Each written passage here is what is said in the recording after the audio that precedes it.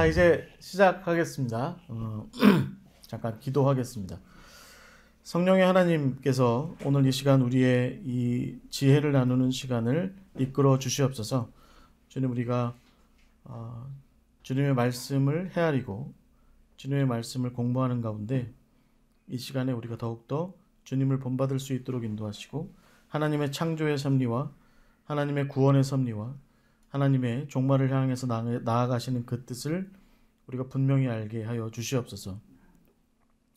무엇보다 이 시간을 통해서 우리가 예수 그리스도의 세움받은 제자들이 어떻게 그들의 삶 가운데로, 그들의 사역의 현장 가운데로 그렇게 나아가게 되었는지, 그 훈련의 여정, 그 삶의 변화의 여정, 그 삶이 새롭게 갱신되는 여정을 우리가 따라 배울 수 있도록 인도하시고, 우리 또한 이들처럼 주님께서 우리에게 맡겨주시는 삶과 사역의 자리로 담대하게 나아갈 수 있도록 주여 인도하여 주시옵소서. 함께 나눕니다. 주님께서 이 시간 주장하여 주시고 온전한 귀한 시간 될 수 있도록 이끌어 주시옵소서.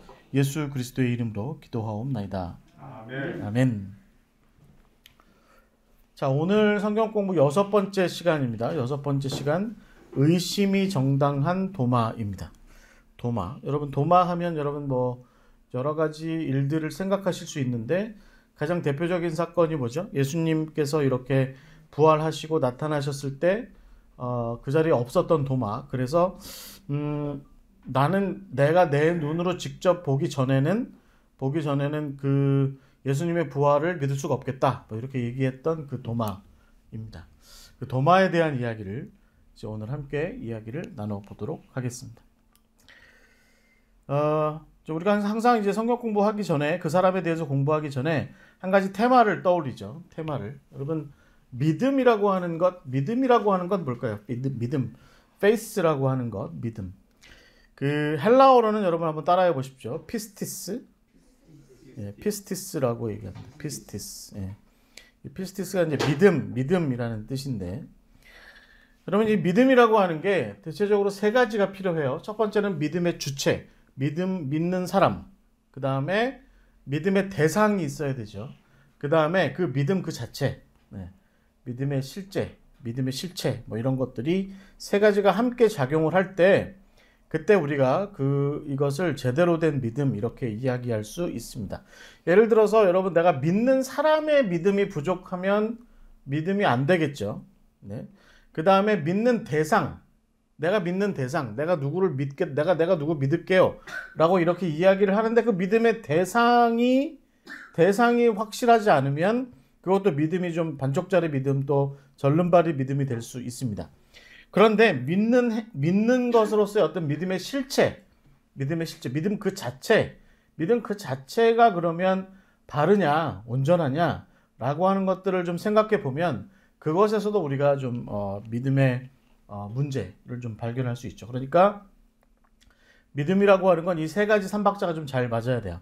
믿음의 주체로서의 내가 믿는 사람, 그 다음에 내가 누구를 믿느냐, 내가 무엇을 어떻게 믿느냐라고 하는 것에 대한 이 세 가지의 신실함이 잘 이렇게 돼 있어야, 그렇게 돼 있어야 우리가 믿음이 온전하다, 이제 이렇게 이야기할 수 있습니다.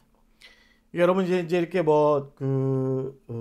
어떤 교단이나 교파나 또 어떤 이런 거에 따라서 이 세 가지 중에 무엇을 더 강조하느냐가 조금 달라질 수 있습니다. 실제로 그래요. 기독교에 우리가 이제 교파들을 보면, 제가 볼 때 예를 들어서 성결교회나 무슨 이런 순복음이나 이런 쪽은 믿음의 주체가 중요해요. 믿는 사람이 중요해요. 그런데 장로교 쪽으로 슬쩍 넘어가면, 그리고 이제 고교회라고 얘기하는 그런 쪽으로 넘어갈수록에 믿음의 대상, 그러니까 하나님 쪽에 초점을 더 많이 맞춥니다.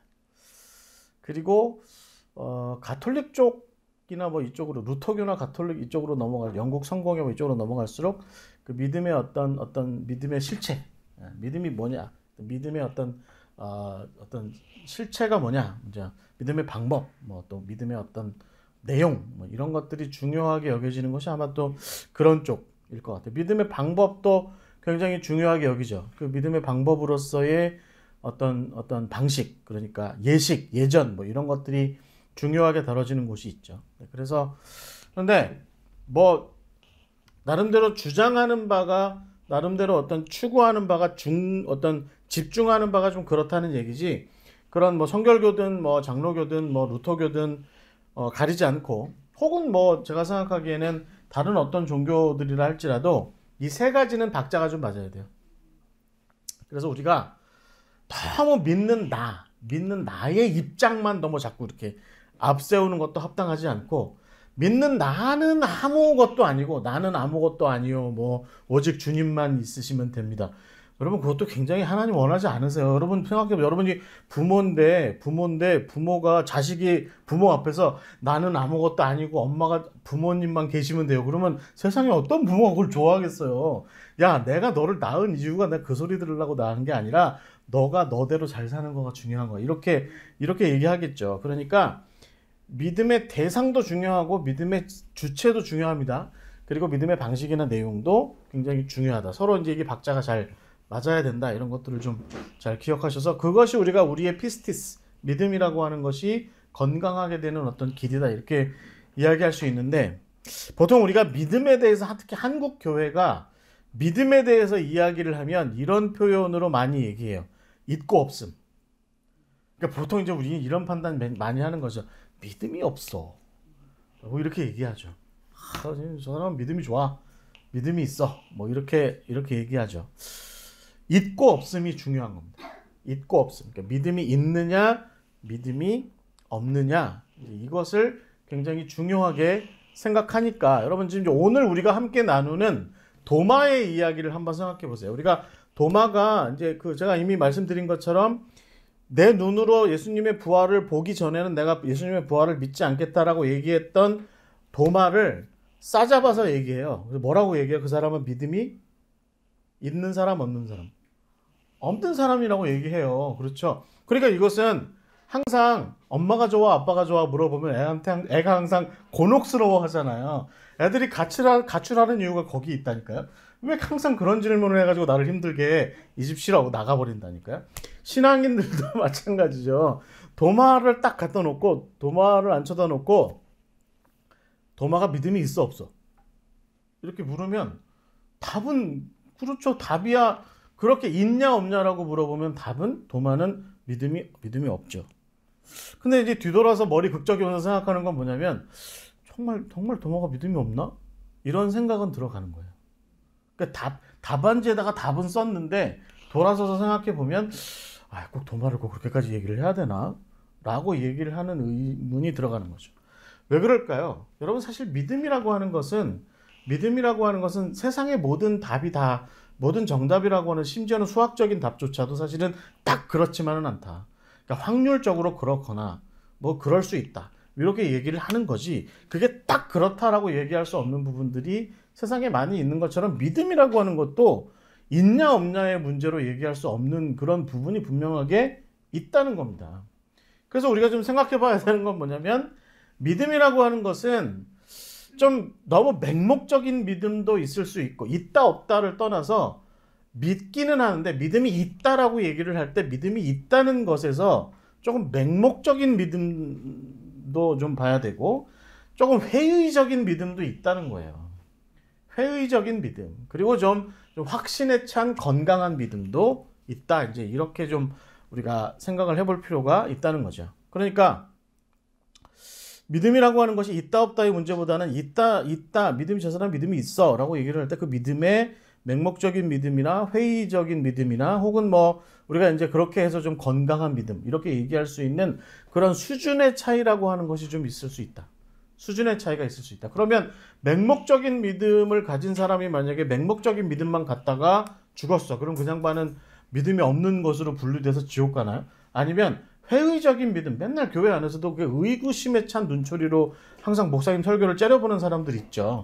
네, 우리 교회도 있어요. 제가 설교할 때마다 두렵고 떨리는 마음으로 설교하게 만드시는 분이 계세요. 누구냐고 제가 물어보시면 말 안 하지요. 그런데 항상 이제 질문을 하는 거죠. 그거 왜 그래요? 그러면 저희들 같은 목사 입장에서는, 좀 질문 좀 안 했으면 좋겠다 이런 생각이 들어가기도 하는데, 그래서 그러면 나를 귀찮게 하고 나를 힘들게 하니까 저 회의적인 어떤 질문이 많고 어떤 의문이 많은 전 양반은 믿음이 없는 사람이야 라고 이렇게 얘기하고, 그런 사람은 그러니 당신은 아무개 집사님은 지옥 갈 거야 이렇게 얘기를 할 수 있냐는 거죠. 그렇지 않다는 겁니다.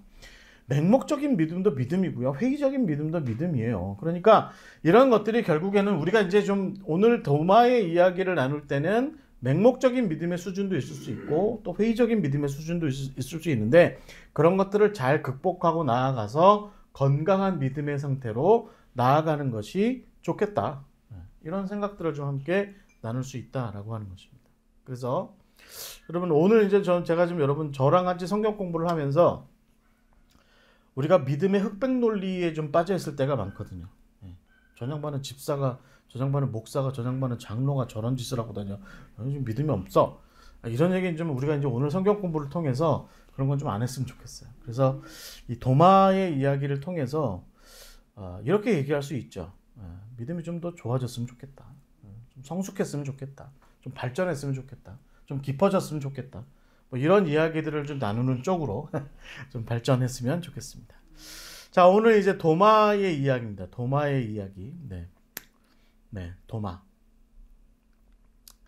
도마는 헬라어로 테오마 혹은 뭐 디디모, 그러니까 성경에 보면 디디모라고 하는 이름으로 디디모 뭐 이런 이름으로 이야기할 수 있는데, 도마라는 이름 자체가 쌍둥이라는 뜻을 가지고 있습니다. 쌍둥이. 네. 그래서 이제 학자들은 도마가 쌍둥이 형제가 있을 거다. 쌍둥이 형제가 있을 거다. 성경에 안 나왔을 수도 있고, 성경에 우리가 알고 있는 인물 중에 성경이 굳이 표현하지 않은 그 모습으로 도마와 쌍둥이가 있을 수 있다. 이렇게 생각을 합니다. 그러니까 여러분, 이건 좀 상상을 하실 수 있어요. 도마가 진짜 이름은 아닐 수 있다는 거죠. 도마가 진짜 이름은 아닐 수 있고, 보통 우리가 부르는 이제 익명 뭐라고 그래, 그냥 이렇게 별명 비슷한 그런 이름일 수 있다, 이렇게 이야기할 수 있는데, 만약에 도마를 실제 그 이름이 도마다라고 이렇게 이야기를 한다고 한다면, 그 도마라는 이름은 상당히 헬라식의 이름입니다.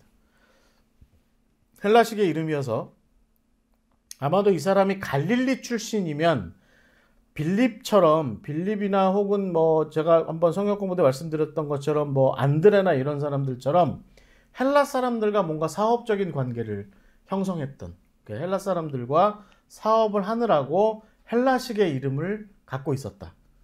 그래서 도마다. 이제 이렇게 이야기할 수도 있고, 혹은 예수님의 제자 중에, 그러니까 예수님께서 제자들을 이렇게 선별하실 때 예수님께서 마구잡이로 너도 와 막 이렇게 하신 게 아니라, 어떤 제자 그룹은 이쪽 사람들 중에서 세우고 어떤 제자 그룹은 이쪽 사람들 중에서 세웠는데, 예수님을 따르던 사람들 중에 헬라계의 유대인들 중에서, 그 중에서 예수님의 제자를 한 명 선발했는데 그 사람이 도마일 수 있다. 이렇게 보는 견해들이 있습니다.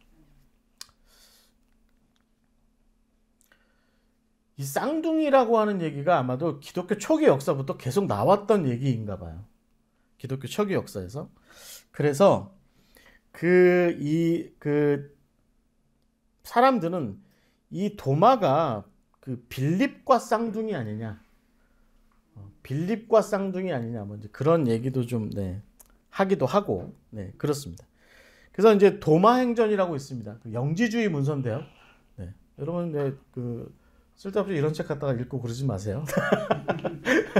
영지주의 문서고, 위경이고, 초기 교회에서도 이거는 좀 좋지 않은 문서다 해가지고 다 파묻어버린 건데, 나중에 발굴돼요. 이집트에서 발굴돼요. 그래서 나그 한마디라는 데서. 그래서 그 중에 나온 것 중에 하나가 이제 도마행전인데, 도마행전에서 이 도마를 예수님과 쌍둥이 라고 이렇게 이야기를 하기도 합니다. 실제로 그랬다라기보다 도마행전이 영지주의 문서니까 예수님의 진리를 판박이처럼 닮은 사람, 그런 예수님의 진리를 잘 알아서 예수님처럼 판박이처럼 뭐 어떤 그런 모습이 된 사람, 뭐 이런 의미로 좀 이해하는 게 합당하지 않을까 싶습니다. 네.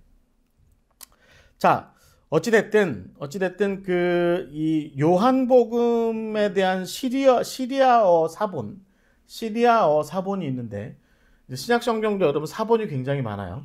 복사본이 많은 거예요. 손으로 이렇게 쓴 복사본이 많은데, 시리아어 사본의 기록에 그래서 도마의 이름이 아마 유다 도마 이렇게 얘기를 했을 거다. 그러니까 우리식으로 표현하면 쌍둥이 도마 뭐 이렇게 얘기한 거죠. 쌍둥이 도마 이렇게 얘기를 했을 수도 있다.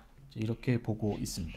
그래서 도마라는 이름이 이제 이 쌍둥이라고 하는 뜻을 가지고 있다라고 하는 것. 그다음에 그래서 그것 때문에 영지주의 문서나 이런 쪽에서는 그걸 좀 많이 차용해서 그 영지주의들의 어떤 생각을 좀 도마를 통해서 많이 피력했고, 그 대표적인 게 도마행전이라고 있어요. 도마행전. 네.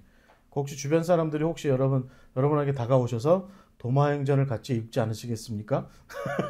그러면 이렇게 들으시면 돼요. 도를 아십니까? 뭐 이렇게 이렇게 들으시면 이상한 사람이야. 이렇게 생각을 하셔야 돼요. 네. 도마행전을 공부하시고 싶으시면 교회 안에서 하세요. 저희 샬롬 교회 안에서. 그런 거 이렇게 공부는 하실 수 있어요.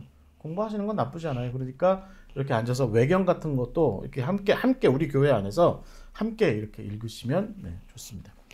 그래서 그 도마행전에 이제 그런 표현이 있다는 건 좀 이해하시고, 그래서 우리가 이제 도마를 좀 그렇게 이렇게 이제 쌍둥이라고 하는 개념 속에서 좀 많이 이해한다. 그 다음에 아마도 헬라 계열의 어떤 영향력 속에 있었던 사람이었을 것이다. 그 다음에 이제 특징적인 게 뭐냐면 그 도마가, 여러분 예수님의 제자도 그 이름이 그렇게 배치가 돼 있죠. 우리가 왜 예수님의 제자 이름을 외울 때 어떻게 외워요? 베드로 항상 앞세우죠. 베드로, 요한, 안드레, 야고보 이렇게 외우죠. 그죠? 왜 항상 그렇게 외워요?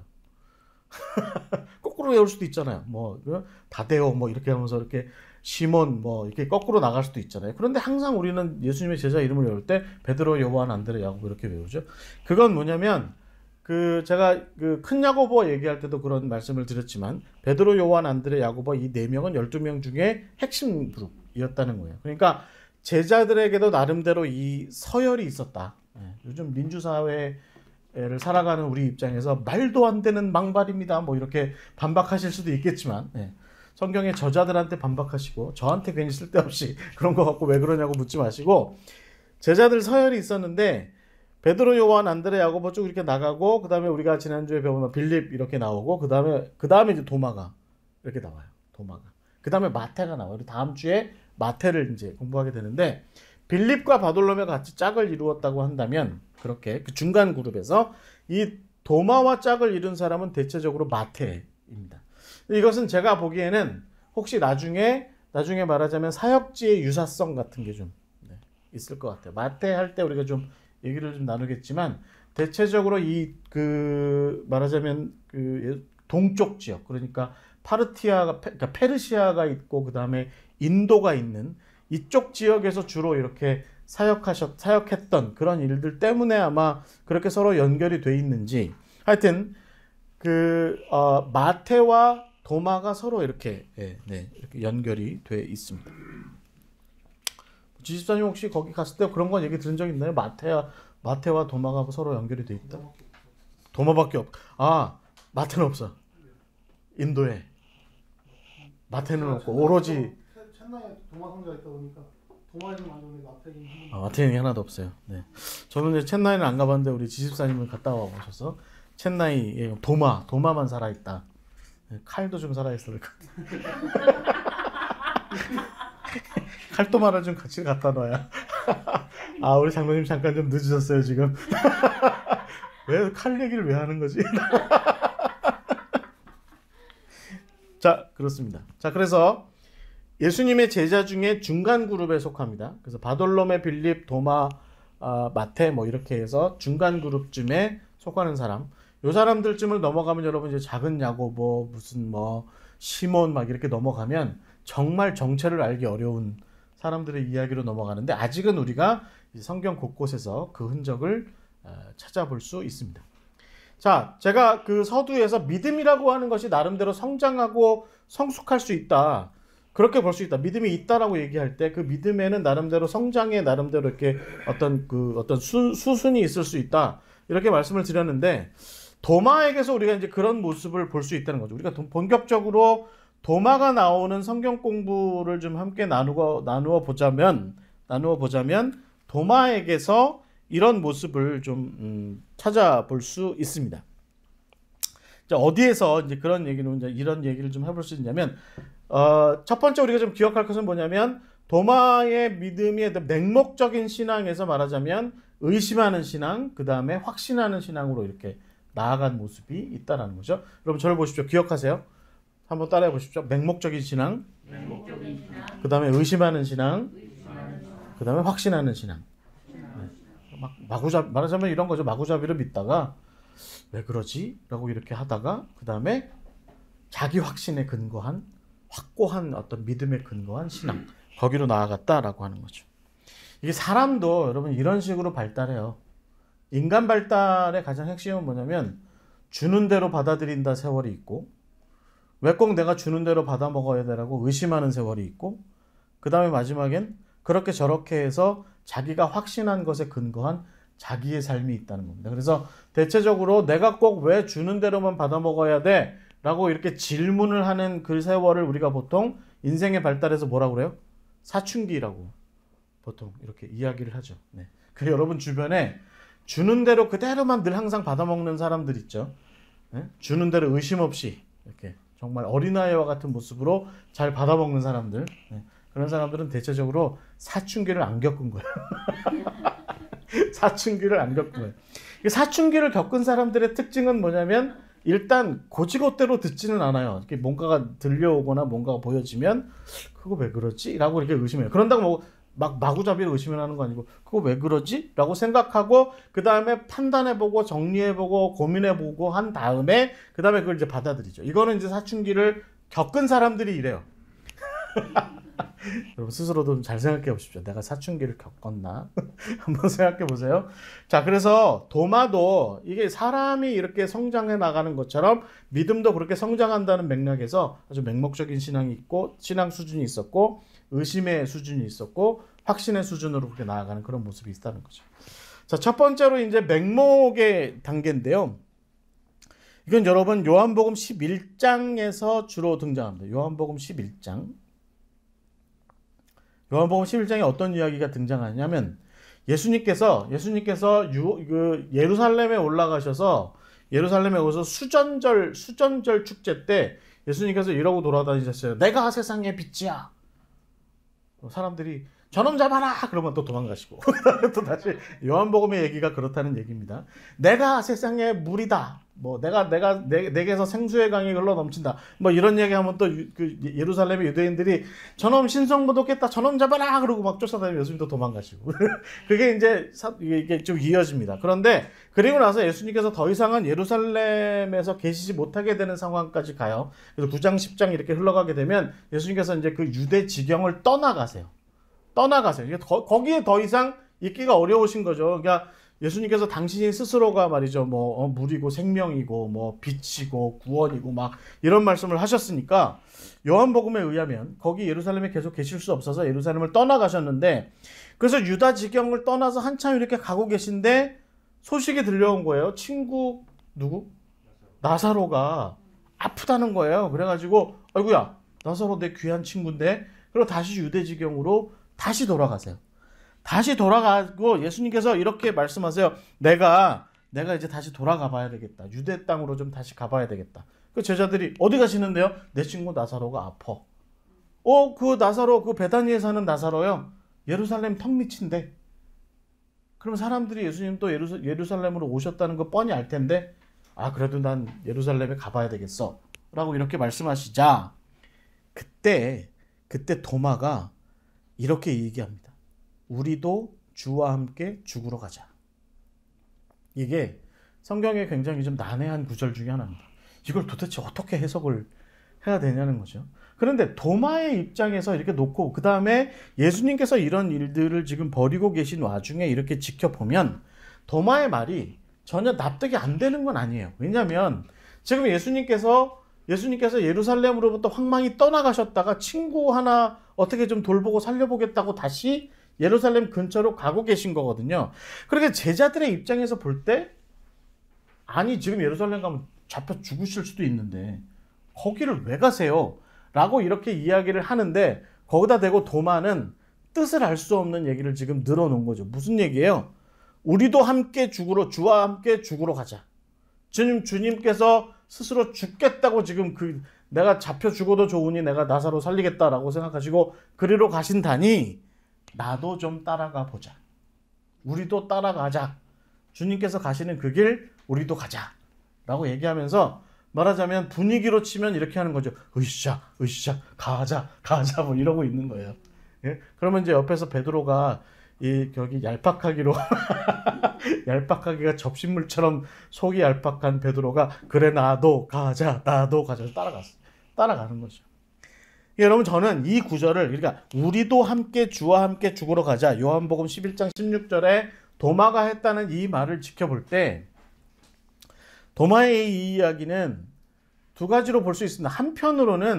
한편으로는 예수님께서 말씀하신 그대로를 한번 그래 그럼 우리 예수님 뭐 죽기까지라도 따라가 보자 라고 이제 걸기하고 으쌰으쌰 하면서 예수님께서 가시는 길 우리도 한번 따라가 보자 라고 이렇게 맹목적으로 반응하는 것일 수도 있고 또 하나는 예수님 앞에서 우리도 주와 함께 죽으러 가자 라고 하는 건 뉘앙스에 따라서는 이렇게 들을 수도 있는 거죠. 어떻게? 이렇게 들을 수도 있어요. 에라 모르겠다. 에라 모르겠다라고 하는 거죠. 우리 예수님 저런 분인지 몰랐어. 죽을 자를 왜 가. 그래 가자. 맘대로 해봐. 뭐 될 대로 되라지. 죽자. 가서 죽자. 막 이러고 있는 분위기일 수도 있다는 거죠. 근데 저는 이제 이 두 번째 분위기는 채택하지 않았습니다. 왜냐하면 경전에 어울리지 않아요. 성경 말씀에 어울리지 않아요. 그러니까 성경 말씀에 어울리는 해석으로는 제가 볼 때는 그냥 지금 도마는 예수님께서 가자 하시니 제자인 우리도 가자. 그런데 그 자리가 죽을 자리 같아. 그럼 우리 죽으러 가자라고 얘기를 하는 겁니다. 죽자. 우리 다 같이 죽자. 그래서 주변을 막 이렇게 선동하는 그런 분위기가 이렇게 있는 것이죠. 그래서 결국은 이 도마는 지금 예수님께서 이 나사로라는 사람을 살리러 가고 있다라고 하는 것에 대한 포인트는 전혀 못 맞추고 있는 거예요. 여러분 우리가 좀 길을 같이 가다 보면 이 포인트 못 맞추는 사람들 있죠. 말하자면 삔 못 맞추고 말이죠. 같이 이렇게 코미디 프로 보고 있는데 남들 다 웃을 때는 안 웃고 있다가 또 남들 안 웃고 심각하게 이러고 웃을 때는 혼자서 깔깔대고 막 웃는 사람들 있잖아요. 도마가 이제 보면 좀 약간 좀 그런 모습, 좀 약간 푼수대기 같은 그런 모습이 있을지 모르겠어요. 자, 어찌됐든 이 모습은 결국은 우리 도마가 지금 예수님께서 예루살렘으로 가시는 게 지금 십자가의 길을 가는 건 아니죠. 지금 십자가에 잡혀가시겠다고 지금 그 길을 가시는 거 아니에요. 그런데도 앉아서 거기 서가지고 우리 예수님 따라 죽으러 가자 뭐 지금 이러고 있는 겁니다. 그러니까 지금 자기가 예수님과 동행을 하고 있는데 그 길의 의미가 뭔지 지금 그 길이 뭘 하자는 건지 그 의미를 잘 알지 못하는 채로 그렇게 그냥 그 길을 옆에서 말하자면 그냥 뭐 그 의미도 생각도 안 하고 뜻이 뭔지 그냥 뭐 난 모르겠고 그냥 가자니까 가는 거야. 그냥 가자니까 가는 거야. 이런 식으로 지금 그렇게 따라가고 있는 그런 모습이 있는 거죠. 그러니까 이런 것들을 우리가 이 도마의 모습에서 이 도마의 말 한마디에서 우리는 한 가지로 분명히 볼 수 있는 것은 맹목적인 모습이 있다는 거죠. 남들 다 가니까 나도 가고 예수님 가자니까 가고. 그렇죠. 여러분 어떻습니까? 예수님께서 혹시 어느 날 갑자기 농담 삼아 우리 다 같이 지옥으로 떨어지자 그럼 우리 다 같이 지옥으로 떨어집니까? 예수님한테도 질문은 해야죠. 왜요? 라고 물어야지. 왜 그래야 되는데요? 라고 물어야지. 그런데 우리 가끔 보면 그러지 않은 맹목적인 모습이 있어요. 이 사춘기를 안 겪어가지고 신앙의 사춘기를 안 겪어가지고 목사님 말씀하시면 다 그게 맞는 것이냐. 그러지 마세요. 다른 교회는 모르겠고 샬롬 교회는 그러지 마세요. 제가 간곡히 부탁드리는데 제가 짜장면 먹자 그랬다고 다 같이 짜장면 드시고 그런 거 하지 마세요. 나는 짬뽕 나는 짬뽕이라고 분명히 자기소개를 밝히셔야 됩니다. 그래서 이 베드로 아니죠. 이 도마의 이 모습에서 우리가 첫 번째로 볼 수 있는 건 맹목적인 신앙의 모습이 있다라고 하는 것이죠. 맹목적인 신앙의 모습. 그래서 이제 이 나중에 뭐 나사로 살린 이야기는 지금 우리가 이제 도마의 이야기를 나누고 있는 거니까 여러분 다 아시는 얘기니까 그 다음 얘기는 그렇게 이야기할 수 있습니다. 그 다음 두 번째에서 우리가 도마가 등장하는 요한복음의 이야기에서 우리가 두 번째로 볼 수 있는 부분이 뭐냐면 예수님께서 마지막 다락방에서 제자들의 발을 씻기시고 그 요한복음의 중요한 얘기가 나오는 13장, 14장 이렇게 이어져 넘어가는 15장 이렇게 이어져 넘어가는 마지막 설교와 마지막 기도를 하시는 부분이었습니다. 그 14장에 보시면 예수님께서 제자들의 발을 씻기시고 그리고 나서 제자들을 둘러 앉혀놓고 그리고 나서 당신이 앞으로 어떤 일을 벌이실 것이다 라고 하는 걸 이야기를 하세요. 그리고 요한복음을 보시면 요한복음 14장에 보시면 이제 예수님께서 앞으로 어떤 일을 겪으실 것이다 라고 하는 것에 대한 이야기를 계속하세요. 그러니까 제자들은 사실은 그 전에도 예수님께서 가이사랴 빌립보라든가 유다 땅으로 내려오는 지경에서 항상 내가 이제 곧 십자가에 달려 죽을 거야. 내가 죽을 거야. 이렇게 자꾸 얘기를 했는데 그때 여러분 우리가 지난번 성경 공부를 할 때도 그랬죠. 왜 그 세베대의 아들 야고보나 요한은 어땠다고요? 주님께서 영광의 자리에 앉으실 때 저희들을 기억하여 주시옵소서. 저를 꼭 영의정으로 삼아 주셔야 됩니다. 뭐 이런 얘기 했다고 말씀드렸죠. 세베대의 아들 야고보와 그 야고보의 어머니 살로메 했잖아요. 주님, 우리 장친께서 영광의 자리에 앉으실 때 우리 아들들을 꼭 기억해 주십시오. 이게 여러분 예수님께서 얼마나 홀로 정말 이 고독하게 그 길을 가셨을까요? 힘들게 가셨다고요. 그래서 제자들에게 계속해서 내가 이제 곧 십자가에 달려 죽을 거야. 그 얘기를 계속 하시는데 제자들은 깨닫지 못하고 마지막 날 밤에 제자들 발을 씻기실 때도 발을 씻기시고 제자들을 위해서 어떤 마지막 설교를 그렇게 마지막 당부 설교를 하실 때조차도 제자들은 딴죽을 필 때가 많이 있었습니다. 그래서 여러분 요한복음 14장 4절에 보시면 내가 어디로 가는지 그 길을 너희가 안다. 이렇게 얘기를 해요. 너희들 내가 지금 앞으로 할 일이 뭔지 알지? 내가 어떻게 될지 알지? 그랬더니 도마가 5절에 보시면 이렇게 얘기합니다. 주여 주께서 어디로 가시는지 우리가 알지 못하거늘 그 길을 어찌 알겠습니까? 이렇게 얘기합니다. 이게 도마예요. 이게 도마예요. 그러니까 이게 약간 좀 맹목적인 모습들이 여기에 살아있는데 이 맹목적인 모습에 그래도 이번 판에는 지난번엔 여러분 어땠어요?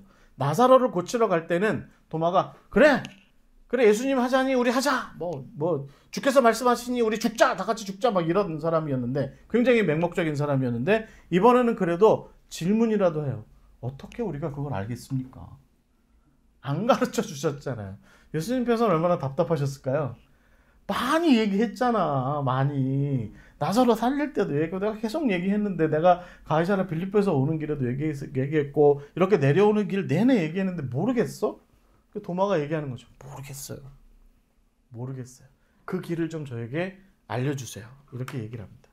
그때 예수님께서 하신 말씀이 있어요. 여러분 이게 우리가 굉장히 지켜봐야 될 말씀입니다. 여러분 제가 좀 읽어볼까요? 14장 그 다음에 6절에 보시면 이게 도마 앞에서 한 얘기죠. 내가 곧 길이요 진리요 생명이니 나로 말미암지 않고는 아버지께로 올 자가 없느니라. 그러니까 앞에 보면 이게 무슨 뜬금없는 소리야. 길을 알려달라고 이랬더니 예수님께서는 뭐라고 말씀하시냐면 내가 길이야 라고 말씀하신 거죠. 길을 알려주세요. 예수님 어디로 가시는지 그 길을 좀 알려주세요. 그래?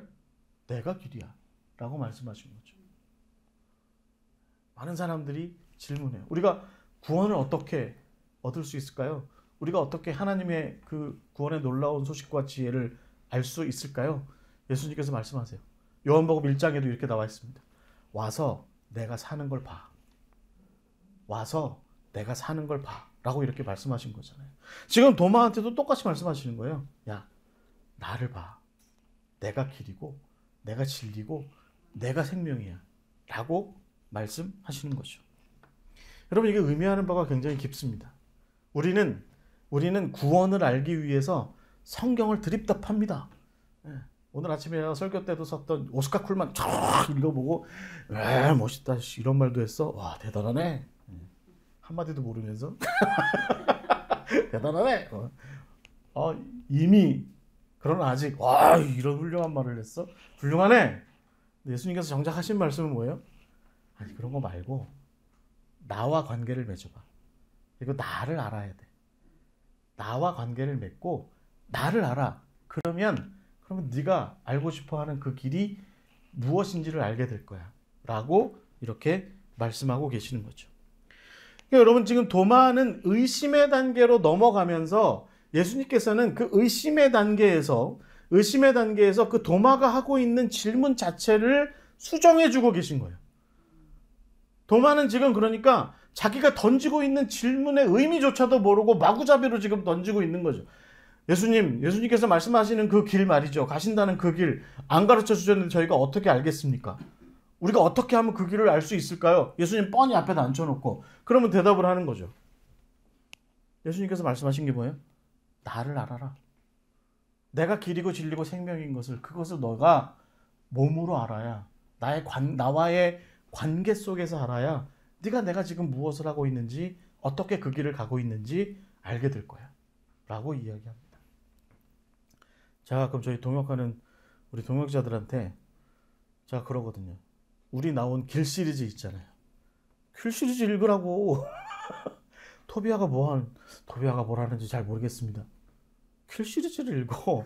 샬롬교회가 어디로 가고 있는지 모르겠습니다. 길 시리즈를 읽어. 라고 얘기하거든요. 근데 제가 알기로는 아직도 안 읽었어요. 네, 우리 샬롬교회 성도들도 제가 써서 그렇다는 게 아니라 제가 지금 가고 있는 예수님 따라 가고 있는 목회자로서 예수님 따라 가고 있는 길이 그 길의 묵상의 그 의미가 예수의 길, 바울의 길, 무슨 그 십자가의 길, 또 우리 뭐 갈릴리의 길, 또 이번에 우리가 순례하는 길 그런 거 거기서 나와 있어요. 저한테 와서 목사님 저는 목사님의 목회를 잘 모르겠습니다. 그런 소리 하지 마시라니까요. 이미 다 나와 있다니까 저기에. 저는 정말 담백하게 제가 써놓은 그 글 자체에 제가 추구하는 바를 다 담고 있어요. 그러니까 궁금하시면 저 책을 읽어보시고 제가 지금 그 길을 제대로 가고 있는지를 따져보세요. 그래서 문제가 있으면 저한테 문제 제기도 하시고 목사님 그렇게 가시지 않는 것 같아요. 라고 말씀을 하시던지 그러시면 됩니다. 지금 예수님께서도 지금 제자 도마한테 지금 그렇게 얘기하고 있는 거죠. 아니 예수님을 3년을 따라다녔는데 예수님 어디로 가시는지 지금 잘 모르겠어요. 라고 얘기하니까 예수님 지금 뭐라고 말씀하시는 거예요? 나를 봐. 내가 길이고 내가 진리고 내가 생명이야. 내가 가고 있는 길을 날 봐. 라고 지금 이렇게 말씀하고 계시는 거죠. 나를 통해서야 구원이 보이는 거야. 내가 가고 있는 십자가의 이 길을 통해서야 너희들이 구원이라고 하는 걸 보기 원하는 그것을 보게 될 거야. 라고 이렇게 지금 말씀하고 계시는 겁니다. 그러니까 도마의 의심의 단계 첫 단추에서 질문 자체를 교정하여 주시고 이끌어 주시는 분이 바로 예수님이시다라는 겁니다. 결과적으로 도마의 이야기에서 우리가 조금 더 깊이 있게 볼 수 있는 그 이야기가 요한복음 20장에 등장하죠. 여러분, 요한복음 20장에서 예수님께서 우리가 이제 서두에도 좀 말씀드렸지만 제자들 앞에 부활하신 모습으로 나타나요. 그러자 도마가 지금 이제 거기다 대놓고 자기는 그 자리에 없었으니까 거기다 대놓고 뭐라고 얘기합니까? 요한복음 20장 25절에서 이렇게 얘기하는 거죠. 내가 그의 손에 못자국을 보며 내 손가락을 그 못자국에 넣으며 내 손을 그 옆구리에 넣어보지 않고는 믿지 아니하겠노라. 이렇게 얘기합니다. 그러니까 도마는 어떻게 보면 요한복음 14장의 6절에 나와 있는 내가 가는 길을 봐. 내가 걷고 있는 길을 봐. 내가 갈 십자가의 그 길을 봐. 내가 길이고 진리고 생명이야. 나를 봐. 라고 말씀하셨던 그 말씀을 아마도 도마는 기억했을지 모르겠어요. 그래서 그때 나한테 그렇게 말씀하셨으니까 정말 예수님께서 십자가의 길을 가셨고 정말 예수님께서 부활하셨는지를 내가 보기를 원해.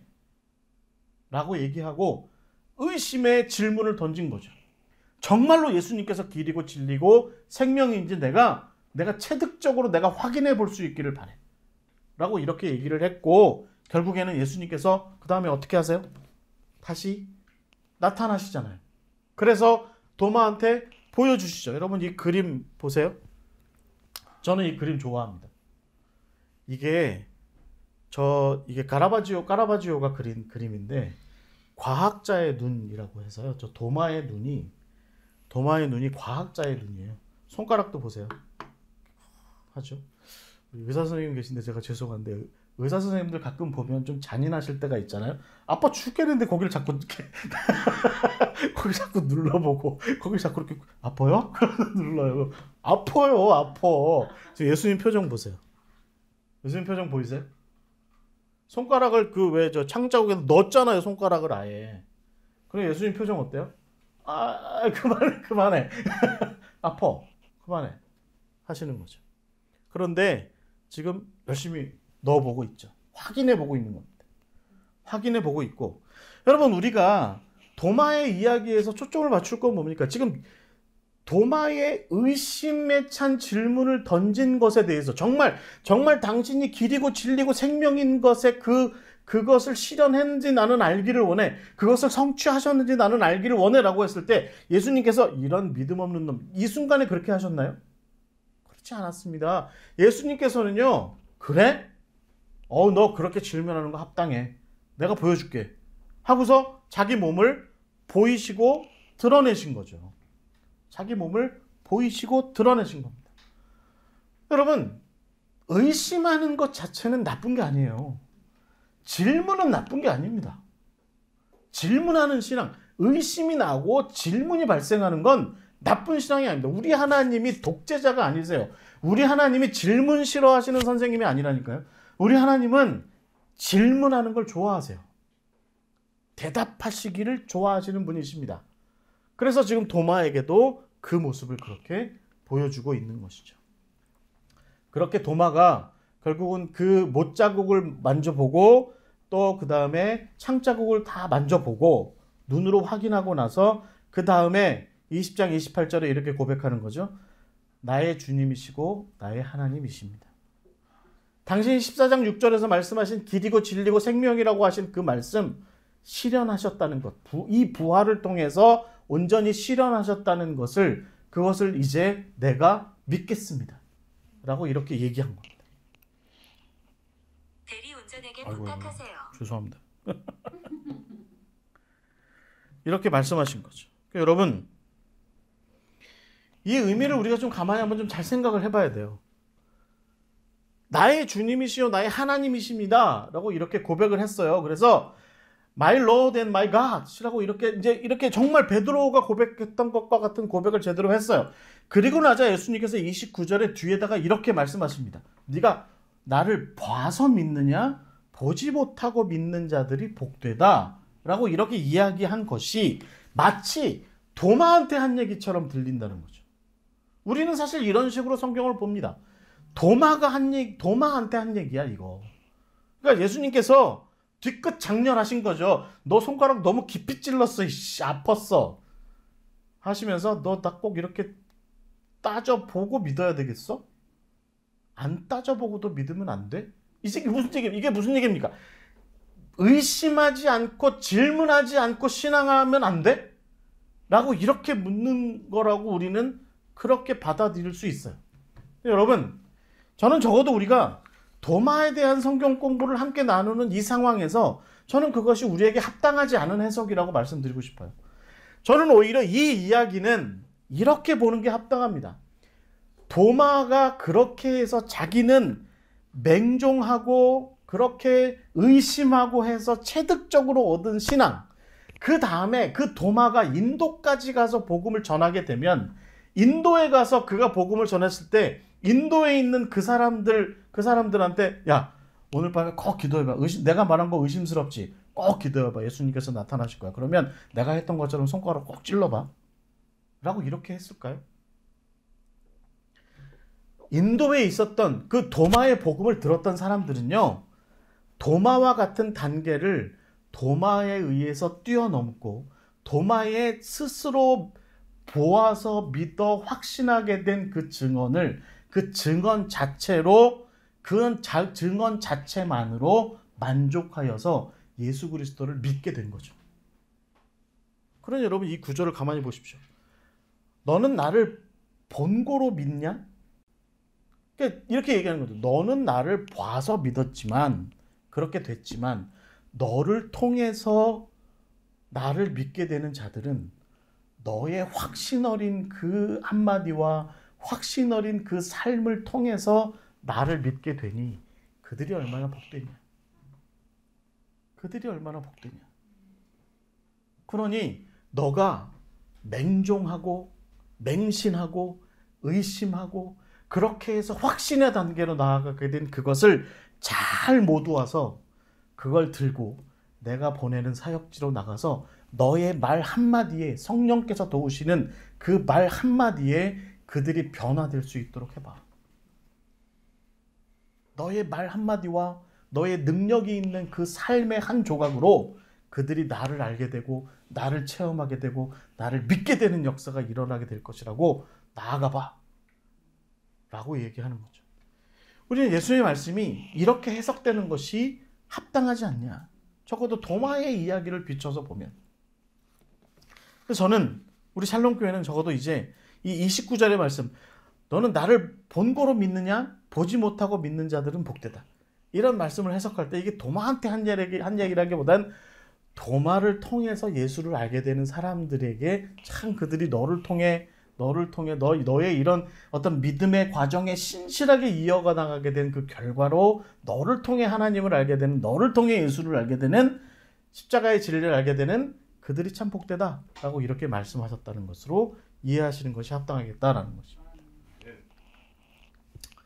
여러분, 그래서 우리가 도마의 이야기는 그 다음에 이제 우리가 이제 그 이야기를 잘 알고 있어요. 우리 저 지동혁 집사님께서 가서 직접 보셨던, 장로님도 보셨나요? 네. 인도 가서 첸나이, 저도 한번 첸나이 갔으면 좋겠습니다. 우리가 도마의 사역지도 한번 돌아보면 참 좋죠. 우리 성전사님 저랑 한번 손 붙잡고, 지난번에 우리 유럽도 가기로 하셨는데 스페인도 가기로 하셨는데 이번엔 또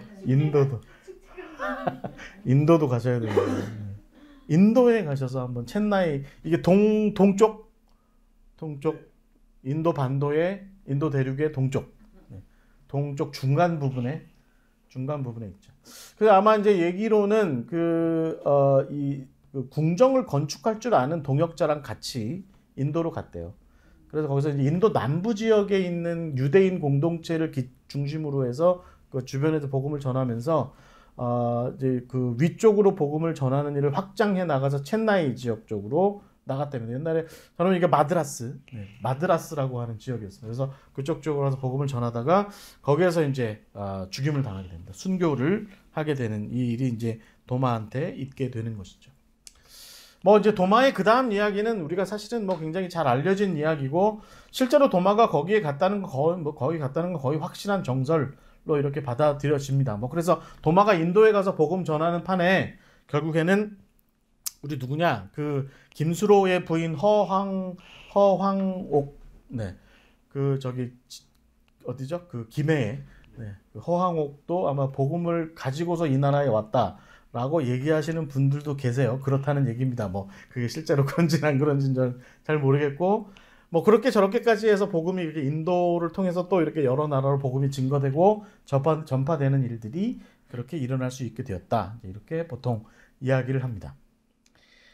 자, 여러분, 우리가 도마를 통해서 좀 생각을 해보아야 되는 세 가지가 있습니다. 첫 번째는 뭐냐면 단순하고 맹목적인 신앙이었다라고 하는 거죠. 그냥 주는 대로 받아먹는, 그리고 주는 것 외에는 생각지도 않는 그런 단순하고 맹목적인 신앙의 수준이 있었다고 한다면 발전적인 의심의 단계가 있다는 겁니다. 질문하는 단계.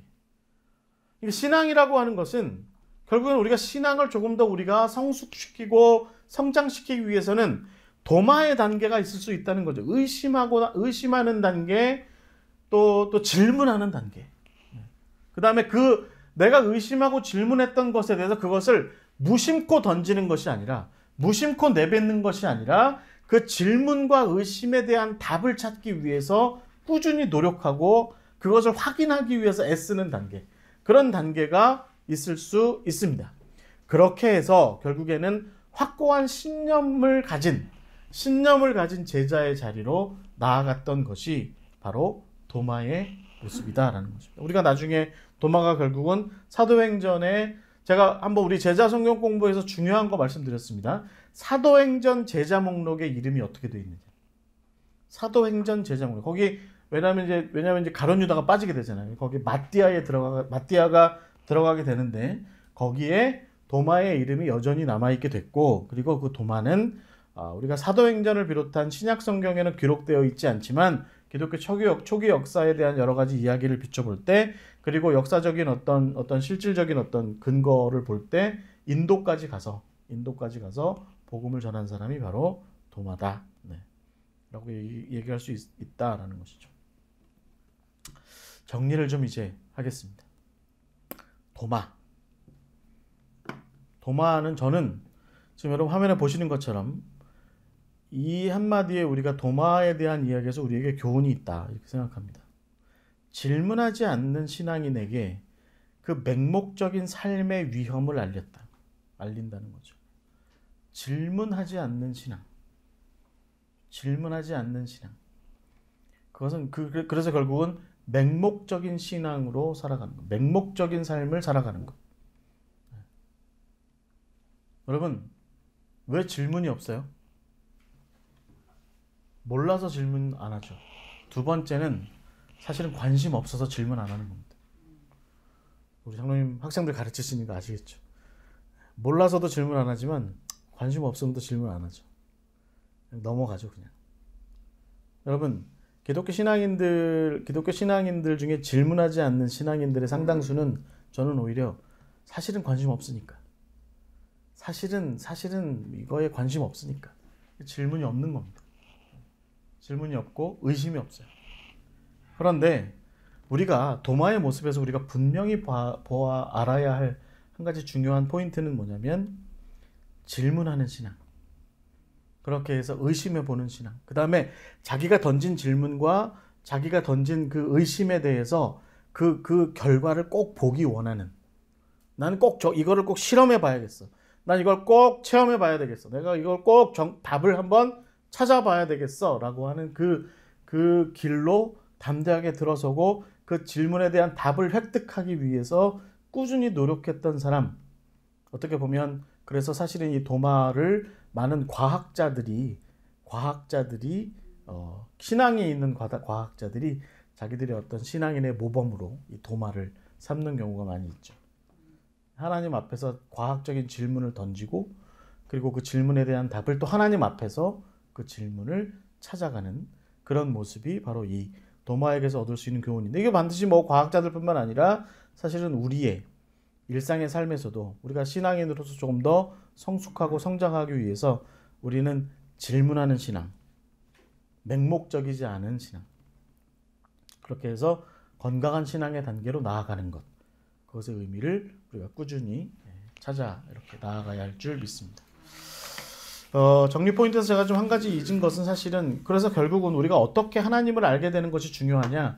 그래서 이 질문하고 의심하는 것의 그 방법론을 과학적인 방법, 어떤 학문적인 방법 이것으로만 그러면 추구해야 하느냐? 꼭 그렇지는 않습니다. 그러니까 결국은 저는 이 신앙이라고 하는 것에서 비춰볼 때 우리가 조금 더 생각해 봐야 되는 포인트는 뭐냐면 결국은 예수 자신을 알아가는 것. 예수님과의 관계 속에서 그 답을 찾아가기 위해서 애쓰는 것. 그것이 우리에게 중요한 것일 수 있다라고 하는 것을 우리가 좀 기억하고 그렇게 나아가야 될 줄 믿습니다. 예수님께서 그러니까 결국은 도마한테 그렇게 말씀하신 거죠. 길이 뭐냐고? 내가 길이야. 나를 알아야 돼. 라고 이렇게 말씀하신 겁니다. 그래서 우리 사역자들한테 우리 토비아 사역이 뭐냐고? 샬롬교회 사역이 뭐냐고? 강진도 목사를 봐. 라고 이렇게 얘기합니다. 그렇게 얘기하는 게 합당해요. 그게 합당합니다. 그것을 답하지 못하는 목회자들이 사실은 목사로서 합당하지 못한 목사일 수 있어요. 교역자로서 사역자로서 합당하지 못한 모습일 수 있어요. 그러니까 여러분도 저를 위해서 기도할 때 항상 목사님의 목회가 뭡니까? 라고 하는 것에 대해서 내가 가는 길을 보시오 라고 이렇게 얘기할 수 있는 목회자가 될 수 있기를 위해서 늘 저를 위해서 기도해 주시기 바랍니다. 어느 날 제가 거기에 대해서 답을 하지 못하기 시작하면 나도 잘 모르겠네. 뭐 이런 식으로 대답한다든지 뭐 허풍의 대답을 한다든지 엉뚱한 대답을 한다든지 그런 대답을 하기 시작하면 저는 헛길을 가고 있는 겁니다. 그러니까 저를 끌어내리셔야 합니다. 끌어내리셔야. 그런데 만약에 제가 어느 날 저한테 만약에 목사님 목회가 뭐예요? 뭐 어떻게 가시는 거예요? 그러면 저랑 같이 한 3일만 좀 같이 지내보시죠. 뭐 이렇게 예수님처럼 말씀하신 것처럼 와서 보라 이렇게 말씀하신 것처럼 저랑 같이 3일만 좀 같이 지내보시죠. 이렇게 이야기할 수 있다면 저는 여전히 목사로서 제대로 길을 가고 있는 겁니다. 마찬가지로 여러분도 저는 마찬가지라고 봐요. 여러분도 마찬가지라고 봐요. 여러분들의 인생의 후배들이 여러분들에게 찾아와서 장로님, 전사님, 집사님 어떤 길을 가고 계신 거예요? 라고 물을 때 나를 봐 라고 이렇게 말하고 나의 길에 대해서 의심할 수 있어. 나의 길에 대해서 질문할 수 있어. 한번 같이 찾아보자. 내가 너의 답이 돼줄게. 이렇게 말할 수 있는 그 답도 굉장히 중요한 역할이라고 보고요. 도마가 바로 그런 모습을 보인 거라고. 그런 모습을 보이신 예수님을 스승으로 선생님으로 둔 거라고 좀 이렇게 볼 수 있을 것 같고, 예수님은 거기에게 잘 화답해서 도마가 온전한 제자로 이렇게 성장하여 나아갈 수 있도록 이끄신 분이 바로 예수님이시다 라고 이렇게 이야기할 수 있을 것 같습니다. 자, 질문 있으십니까? 질문보다는 이제 우리가 그 유명한 그 의학자나 의사가 있어요. 그래서 그 미국이나 이런 데서 초청해가지고 돈을 많이 들여서 초청해서 이제 강연을 듣거든요. 그러면 난 알아들었는데 여기 많은 모여 있는 청중들이 저걸 알까? 그런 생각이 들어요. 그러면 이제 대표자로서 그냥 자기가 모르는 채 다른 사람들에게 그 의학자의 답변을 들려주기 위해서 대표로 질문하는 네네. 그런 경우에 그거 참 좋은 질문이다. 그렇죠. 그 강연자가 그렇게 얘기하거든요. 네네. 정말 필요한 질문, 꼭 필요한 질문을 해줬다. 그러면서 자기가 하고 싶은 얘기를 해주거든요. 그래서 아마 도마는 우리 모든 믿는 사람들을 대표해서 예수님께 질문을 그런 의심하는 도마의 그런 오해를 받으면서도 그렇죠. 질문한 걸로 우리가 생각하면 좋겠다. 그런 생각이 들었습니다. 아멘. 너무 좋은 정리이셨습니다. 너무 감사합니다. 그렇죠. 네. 그래서 결국은 도마는 기독교인의 한 3분의 1은 믿음 없는 놈. 이렇게 의심을 하게 됐어요, 결국에는. 근데 그럼에도 불구하고 그걸 다 알고서도 장로님 말씀처럼 그럼에도 불구하고 나는 나와 비슷한 질문이 있을 사람들을 위해서 내가 그럼 질문할게요. 라고 이렇게 질문을 한 사람. 네. 그렇게 볼 수도 있고. 장로님 말씀 생각해 보니 도마와 예수님이 혹시 짜고 치신 거 아닌가? 이 질문과 답을 짜고 치신 거 아닌가? 사전에 야 손가락 너무 깊이 넣지 마. 라고 이렇게 서로 이렇게 합을 맞추시고 하셨나 싶기도 하고, 네. 재미있는 상상을 좀 하게 됐습니다. 네. 감사합니다. 혹시 뭐 또 질문 여기서 네. 이제 예수님이 꼭 집어서 인도로 가 그랬잖아요. 네네 맞습니다. 네네. 근데 왜 꼭 집어서 인도로 하셨나요? 글쎄요, 그거는 제가 잘 모르겠습니다. 그거는 이게 이제 전설에 나와 있는 이 도마가 이제 이렇게 있을 때 예수님께서 네가 인도로 좀 가라라고 말씀하셨는데, 자, 저희 요 부분은 제가 황금전설이나 뭐 이런 걸 좀 제가 좀 더 볼게요. 이거 그런 뭐가 이유가 좀 달려 있는지, 뭐 유세비우스의 이야기라든가 뭐 그런저런 얘기에 대해서 제가 한번 살펴보겠습니다. 왜 인도로 가라고 하셨을까? 카스트 제도를 철폐하기 위해서. 모르겠습니다. 제가 한번 그건 살펴보겠습니다, 장관님. 그거는 그게 참 이상하더라고요. 어떻게 이스라엘에서 도마가 인도까지 흘러 들어갔을까? 그게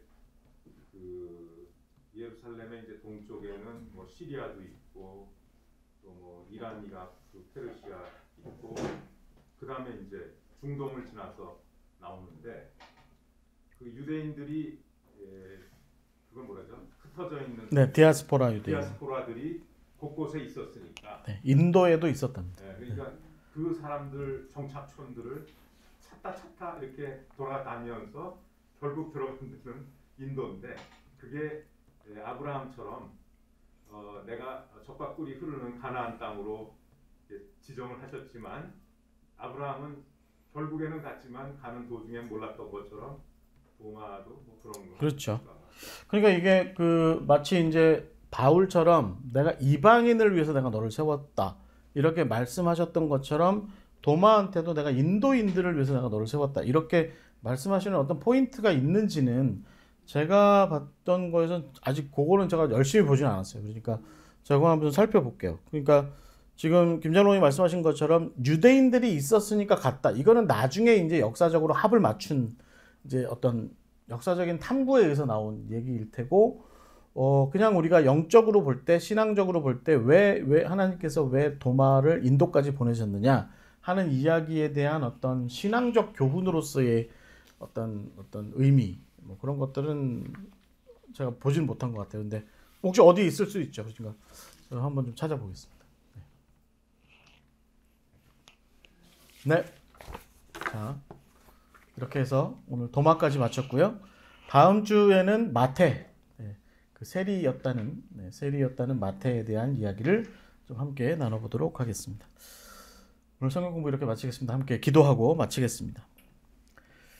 은혜가 풍성하신 하나님 아버지 감사드립니다. 우리가 오늘도 함께 주의 말씀을 나누었습니다. 오늘 의심했지만 그 의심은 정당한 것이었다라는 그 사람, 그 도마의 이야기를 함께 나누었습니다. 주님, 우리가 주님께서 원하시는 신앙인으로서의, 주님의 자녀로서의, 예수님의 제자로서의 삶은 맹목적인 신앙의 모습이 아니라, 질문 없는 자의 모습이 아니라 늘 질문하고 의심하고 그런 가운데 하나님 안에서, 신앙 안에서 합당한 답을 찾기 위해서 분투하고 노력하는 그런 삶이라고 하는 것을 우리가 분명히 알게 하시고, 주님, 우리가 목회자로 불림을 받았거든, 또 장로로 부름받았거든, 또 우리가 사역자로 부름받았거든, 혹은 집사나 혹은 어떤 권사로 어떤 주님의 사명으로 부름받았거든, 주님, 그 부르심에 합당한 자로 서게 하셔서 주님, 우리가 합당하게 질문하게 하시고 하나님과 논쟁하게 하시고, 그런 가운데 하나님께서 원하시는 참뜻이 무엇이있는지를 예리하게 발견해 나아갈 수 있는